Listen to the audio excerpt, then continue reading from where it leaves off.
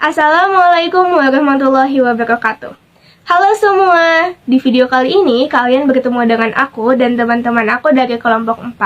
Di sini kita akan membahas mengenai klasifikasi animalia khususnya pada film Plagifera dan film Coelenterata. Pasti kalian penasaran kan apa yang dimaksud dengan film Plagifera, apa yang dimaksud dengan film Coelenterata. Makanya simak video ini dengan baik-baik ya. Nah, di kelompok 4 ada siapa aja sih? Nah, teman-teman bisa lihat di belakang aku. Ini ada aku sendiri, nama aku Jalvana Diani Tari, absen ke-39. Ada juga Agni, ada Devano, ada Feren, ada Pai Pai atau Virus, ada Teresia atau Olive, dan juga ada Hamar Rijal Pratama. So, ya, sebelum kita masuk pembahasan mengenai film-filmnya, kita harus memahami dulu nih apa yang dimaksud dengan Kingdom Animalia. Kita bakalan simak penjelasan dari Kak Teresia mengenai apa sih yang dimaksud dengan Kingdom Animalia. Klasifikasi Animalia, Kingdom Animalia adalah klasifikasi taksonomi organisme yang tidak memiliki dinding sel dan kloroplast sendiri, sehingga mereka bergantung kepada organisme lain untuk makanan. Kingdom Animalia terbagi menjadi dua jenis. Yang pertama, invertebrata, yang kedua, vertebrata. Invertebrata. Hewan invertebrata dapat dikelompokkan berdasarkan simetri tubuh, segmentasi tubuh, rangka tubuh, dan alat geraknya.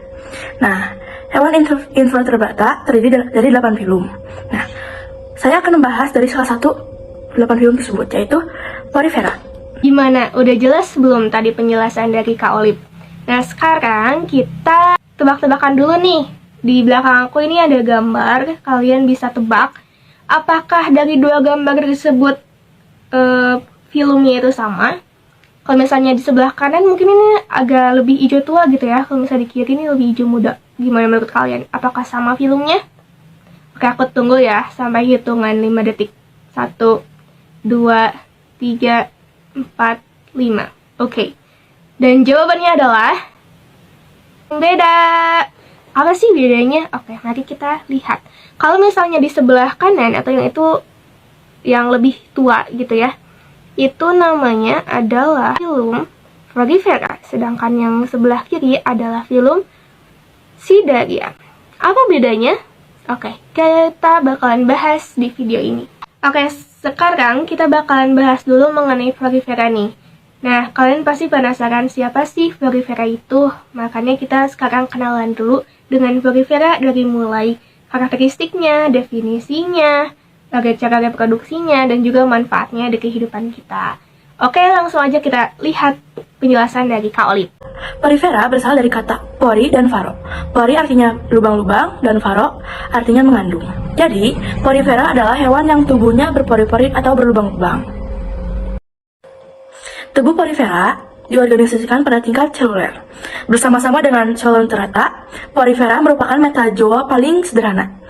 Sel-sel penyusunan porifera telah memiliki pembagian tugas meskipun sangat sederhana. Porifera, kedudukan di alamnya Animalia. Habitatnya di perairan, terutama di laut. Keadaan tubuh porifera yang pertama, tubuhnya terdiri atas 2 lapis. Yang kedua, bentuk tubuhnya seperti vas bunga. Yang ketiga, rongga tubuhnya disebut paragaster. Yang keempat, radial simetrinya multiselular metazoa dan berpori. Fisiologi porifera. Yang pertama, nutrisinya koanosit untuk mencerna makanan. Yang kedua, respirasi seluruh permukaan sel, difusi O2 dan CO2. Ekskresinya oskulum. Geraknya, koanosit mengatur arah aliran air. Koordinasinya inti eukariotik. Transportasi tidak bergerak, menempel di substrat, memiliki koanosit untuk mengatur arah aliran air. Reproduksinya aksesual dan seksual. Yang aksesual membentuk kuncup gemula. Dan yang seksual, koanosit amoeboid membentuk spermatozoa. Struktur porifera. Yang pertama, pinakodom atau epidermis, paling luar dan tersusun atas pinakosit dengan ostium atau pori di antaranya. Yang kedua, mesoglea atau mesohil, lapisan tengah seperti gel yang banyak, terdapat amoebosit, sel pencernaan, dan pengedaran sari makanan.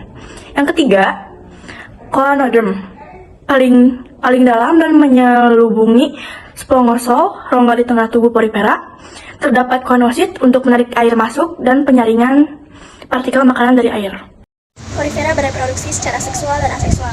Reproduksi seksual terjadi melalui gamet jantan dan gamet betina. Gamet jantan dihasilkan oleh klonosit yang juga berfungsi sebagai sel pencerna dan respirasi. Gamet betina dihasilkan oleh amoebosit yang juga berfungsi mengedarkan oksigen ke seluruh sel pada porifera secara difusi. Gamet betina juga bisa dihasilkan oleh klonosit. Hasil peleburan berupa zigot dapat membentuk menjadi larva yang dibedakan menjadi dua, yaitu larva berongga dan larva tidak berongga. Lalu larva tersebut berkembang menjadi individu dewasa. Porifera bersifat hermafrodit, yaitu satu individu bisa menghasilkan gamet jantan maupun betina, tapi tidak bisa membuahi dirinya sendiri. Lalu reproduksi aseksual. Fragmentasi. Pemotongan bagian tubuh ketika terjadi hipertrofit. Masing-masing potongan tubuh dapat membentuk individu baru. Lalu, yang kedua, pembentukan badan reduksi. Terjadi saat kondisi lingkungan kurang menguntungkan bagi badan reduksi tersusun atas massa internal amoebosit dengan lapisan eksternal pinakodem. So, halo guys. Di sini aku mau jelasin klasifikasi porifera dan kolaterata. Sebelum itu, nama aku Baik Lisa. Langsung aja kita ke materinya. Sebelum kita ke klasifikasi porifera, kita harus tahu dulu apa itu spikula. Jadi spikula itu adalah, secara singkatnya aja, spikula itu duri-duri yang menyusun rangka tubuh si porifera itu sendiri. Biar, kan asalnya itu porifera itu apa ya? Bukan apa sih, porifera itu kan lunak ya. Nah, si spikula ini berfungsi untuk bikin si poriferanya itu jadi keras dan tegak. Setelah kita ngomongin tentang spikula, ayo kita ngomongin tentang klasifikasi porifera. Yang pertama itu ada kalkare. Jadi kalkare ini spikulanya dari zat kapur atau kalsium karbonat atau CH3COOH. Nah, si kalkare ini saluran airnya bervariasi. Jadi ada skonoid, sikonoid, sama lekonoid. Kalkare itu yang warna kuning. Itu saja tentang kalkare. Nextnya itu ada hexatinelida. Jadi hexatinelida ini spikulanya itu dari kristal silikon atau SiO2. Nah, si saluran air hexatinelida itu dominannya sikonoid ya. Terus bentuk si hexatinelida ini kayak silinder corong gitu, kayak vas bunga. Kita ke klasifikasi selanjutnya. Jadi klasifikasi yang ketiga adalah Demosponiae. Nah, dari semua porifera itu 90%-nya adalah yang Demosponiae. Nah, si spikula dari Demosponiae ini dari spongin dan tipe kanalnya dominan itu leukonoid. Kita lanjut ke klasifikasi yang keempat. Jadi klasifikasi yang keempat adalah Sclerosponiae. Cuman si Sclerosponiae ini klasifikasinya udah gak digunain lagi gitu. Tapi for your information, jadi si Sclerosponiae ini spikulanya itu keras kayak batu. Segitu saja tentang klasifikasi porifera. See you di Coelenterata. So back with me, sini aku mau jelasin tentang klasifikasi Coelenterata. Klasifikasi Coelenterata itu ada 3. Jadi yang pertama itu ada hydrozoa. Nah, hydrozoa ini hidupnya berkoloni gitu, terus reproduksinya seksual aseksual. Lalu hydrozoa ini dia punya 2 alat penginderaan. Yang pertama itu ada oceli, dia ini buat alat pengatur cahaya gitu, alat indera cahaya. Dan yang kedua itu ada statosista, itu buat alat keseimbangannya. Nah, beberapa contoh spesies hydrozoa ini ada hydroviridissima, itu hidro hijau, dan hidrofusca, hidro coklat. Kita lanjut ke klasifikasi selanjutnya. Jadi klasifikasi selanjutnya adalah Scyphozoa. Nah, Scyphozoa ini ya disebutnya ubur-ubur gitu. Kalian tuh kan ubur-ubur tuh kayak ada yang itu di atasnya. Nah, si makhluk ininya itu bisa berdiameter sampai 2 meter. Lalu si Scyphozoa ini dengan 2 bentuk. Yang pertama itu ada polip sama medusa. Cuman si dominannya itu yang bentuk medusa. Terus warnanya ini banyak banget. Ada juga warnanya yang semi transparan. Lalu apa dia? Contoh spesiesnya itu Aurelia aurita. Kita lanjut ke klasifikasi selanjutnya. So, klasifikasi yang terakhir adalah Anthozoa. Jadi Anthozoa ini bentuknya itu mirip bunga gitu, dan dia ini menghasilkan anemon laut dan terumbu karang. Nah, di si Anthozoa ini yaitu memiliki banyak tentakel di area mulut. Lalu bentuknya ini nggak ada yang bentuknya medusa, jadi bentuknya itu polip. Nah, contoh spesiesnya itu ada Funia sp sama Acropora sp. Sekian saja tentang klasifikasi. Goodbye. Porifera bagi manusia. Yang pertama, spongin dan liposomnya digunakan sebagai spons mandi.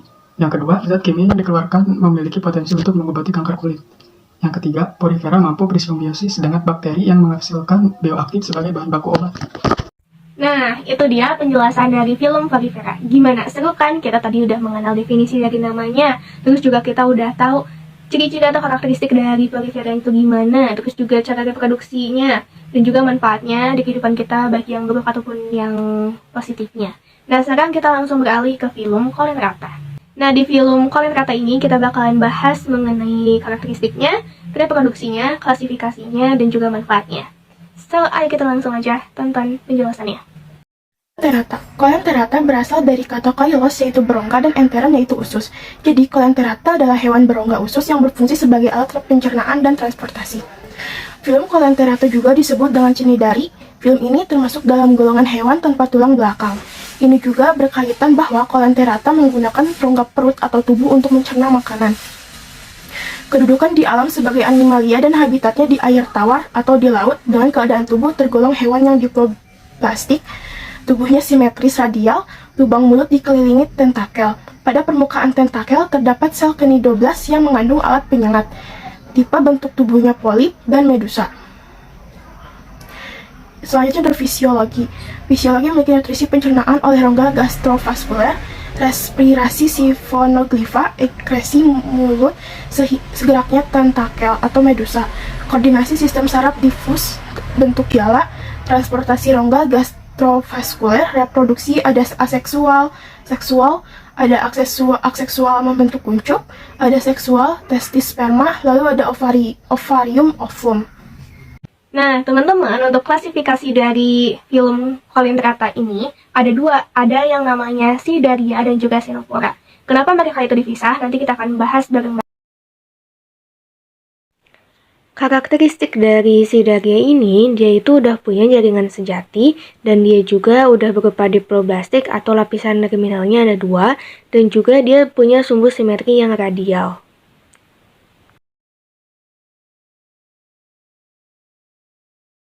Dan Cnidaria ini, dia tuh punya yang namanya nematosit atau sering disebut dengan nidosit.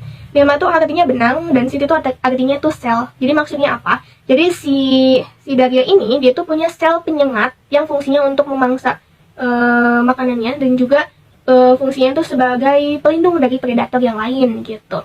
Dan seperti yang teman-teman lihat di gambar, itu ada yang warnanya kuning, itu namanya nematokis atau Cnidae.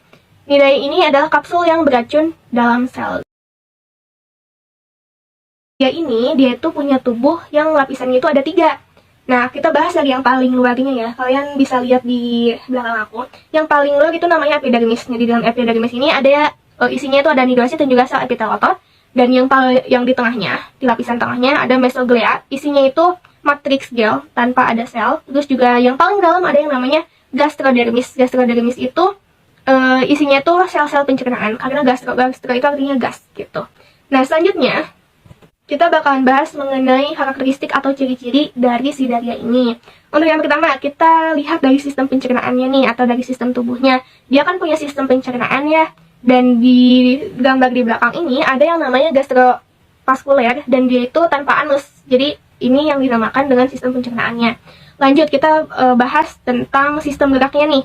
Nah, sistem geraknya itu melibatkan antara sel epitel otot dan juga rangka hidrostatis dari tekanan cairan rongga gastrovaskuler gitu. Dan selanjutnya kita bahas mengenai sistem saraf sederhana. Jadi Cnidaria ini punya jaring-jaring saraf yang sederhana gitu teman-teman. Nah, Cnidaria ini dia itu melakukan metagenesis atau penggiliran keturunan, dan dalam fase hidupnya ada medusa dan juga polip. Kalau medusa itu seksual reproduksinya, dan kalau misalnya polip itu secara aseksual. Gimana maksudnya? Ayo kita bahas. Nah, teman-teman bisa lihat di belakang aku ini ada siklus dari reproduksi atau metagenesis dari Cnidaria.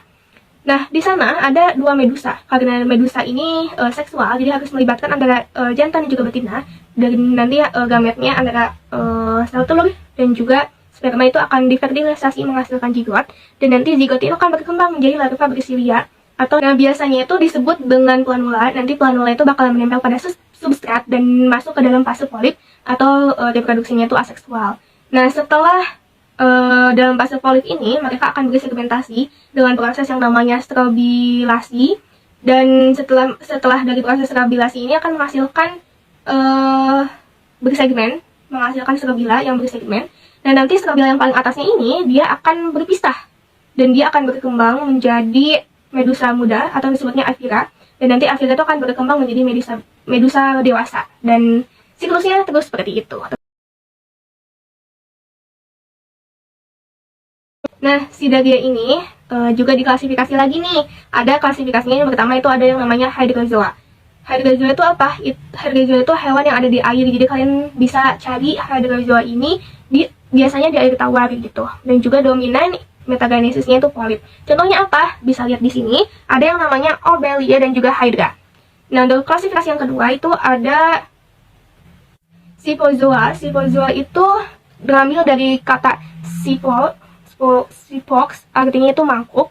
Jadi hewan ini bentuknya itu seperti mangkuk. Contohnya apa? Contohnya ubur-ubur bulan atau Aurelia aurita. Dan dominannya itu Medusa yang bentuknya itu seperti mangkok gitu.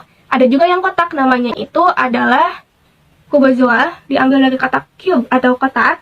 Dan ya, bentuknya itu seperti kotak si medusanya. Contohnya apa? Contohnya itu Cyanex dan dominannya itu Medusa yang bentuknya kotak. Dan kalau misalnya kalian ketemu dengan hewan seperti ini tuh harus hati-hati teman-teman, karena dia itu punya sengatan yang sangat berakibat fatal kalau misalnya kita mainin gitu. Nah, selanjutnya ada juga yang namanya Anthozoa. Kita kalau kalian misalnya lihat, bentuknya sangat indah kan, kayak warna-warni seperti bunga. Dan Antho itu emang artinya bunga ya, bukan penjaga kantin. Dan si Anthozoa ini teman-teman beda banget sama yang lain, soalnya dia nggak bisa tidak bermetagenesis, dan juga endoskeletonnya itu tersusun atas zat kapur. Nah, apa contohnya dari Anthozoa? Nah, Anthozoa ini pasti kalian pernah nonton Finding Nemo. Di sana tuh banyak banget animo laut, dan itu salah satu contoh dari Anthozoa. Ada animo laut, ada fungsinya untuk apa? Jadi animo laut dan pokoknya Anthozoa ini mereka melindungi pantai dari ombak. Kalian baru tahu ya? Aku juga sih baru tahu. Nah, selain itu Anthozoa ini fungsinya juga sebagai penyedia ikan di ekosistem terumbu karang gitu teman-teman. Terus apa sih yang ngebedain antara Sidaria dan juga Xenophora? Nah, kita bakalan bahas nih perbedaannya, mulai dari karakteristik utamanya, terus juga kita bakalan bahas mengenai jumlah tentakel, simetri tubuh, dan juga reproduksinya. Nah, untuk yang pertama, karakteristik utamanya. Kalau misalnya Sidaria ini, dia punyanya cnidosit, tapi kalau misalnya Xenophora, dia itu punyanya sisir. Dan sisir itu kayak kumpulan silia untuk pergerakan gitu. Nah, lanjut untuk jumlah tentakelnya nih. Kalau misalnya Sidaria, dia tuh punya banyak banget tentakel, dan kalau misalnya Xenophora, dia itu ada yang jumlahnya 2 dan bahkan ada yang enggak. Dan kalau misalnya kita lihat di Xenophora ini dia punya koloblast. Koloblast itu apa? Koloblast itu sel perekat untuk merangkap mangsanya. Itu yang paling ngebedain. Terus apa yang dimaksud dengan ada beberapa yang punya tentakel, ada yang enggak? Nah, kalian bisa lihat ini contohnya. Nah, Xenophora ini teman-teman, sebagian itu ada yang punya 2 tentakel dan sebagiannya itu nggak punya. Contohnya apa? Kalau misalnya yang 2 tentakel, contohnya gooseberry laut. Kalau misalnya nggak punya tentakel, contohnya Beroe gitu. Jadi dia tuh nggak punya tentakel kalau misalnya si Beroe ini.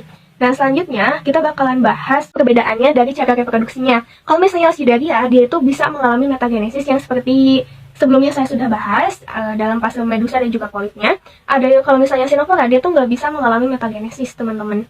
Nah, selanjutnya perbedaannya adalah terletak pada tadi sudah 4 tadi jelaskan, mulai dari karakteristik utama, terus juga jumlah tentakel, sistem tubuh, dan juga metagenesis. Nah, ini sudah aku rangkum, jadi teman-teman bisa dilihat di tabel ini untuk membedakan antara Sidaria dan juga Xenophora. Assalamualaikum warahmatullahi wabarakatuh. Nama saya Devan Kimiko Kamilo dari 10 MIPA 4, absen 11. Saya ingin menjelaskan tentang biologi peranan Coleanthera dari kelompok 4, yaitu terumbu karang dapat menghasilkan pemandangan yang indah seperti di pantai Ambon dan Namibia.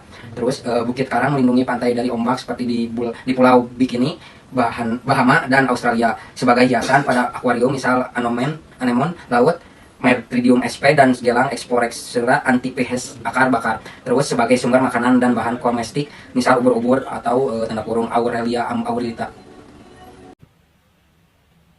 Nah, itu dia teman-teman pembahasan kami dari kelompok 4 mengenai klasifikasi animalia, khususnya pada film Florifera dan Coelenterata. Semoga dengan pembahasan kami di video ini dapat bermanfaat bagi kalian dan juga bisa menambah wawasan mengenai dunia perhewanan. Dan kami ucapkan terima kasih atas waktu dan perhatiannya. Dan mohon maaf, di sini juga kami dalam masih tahap belajar. Mohon koreksinya juga apabila ada terdapat kesalahan.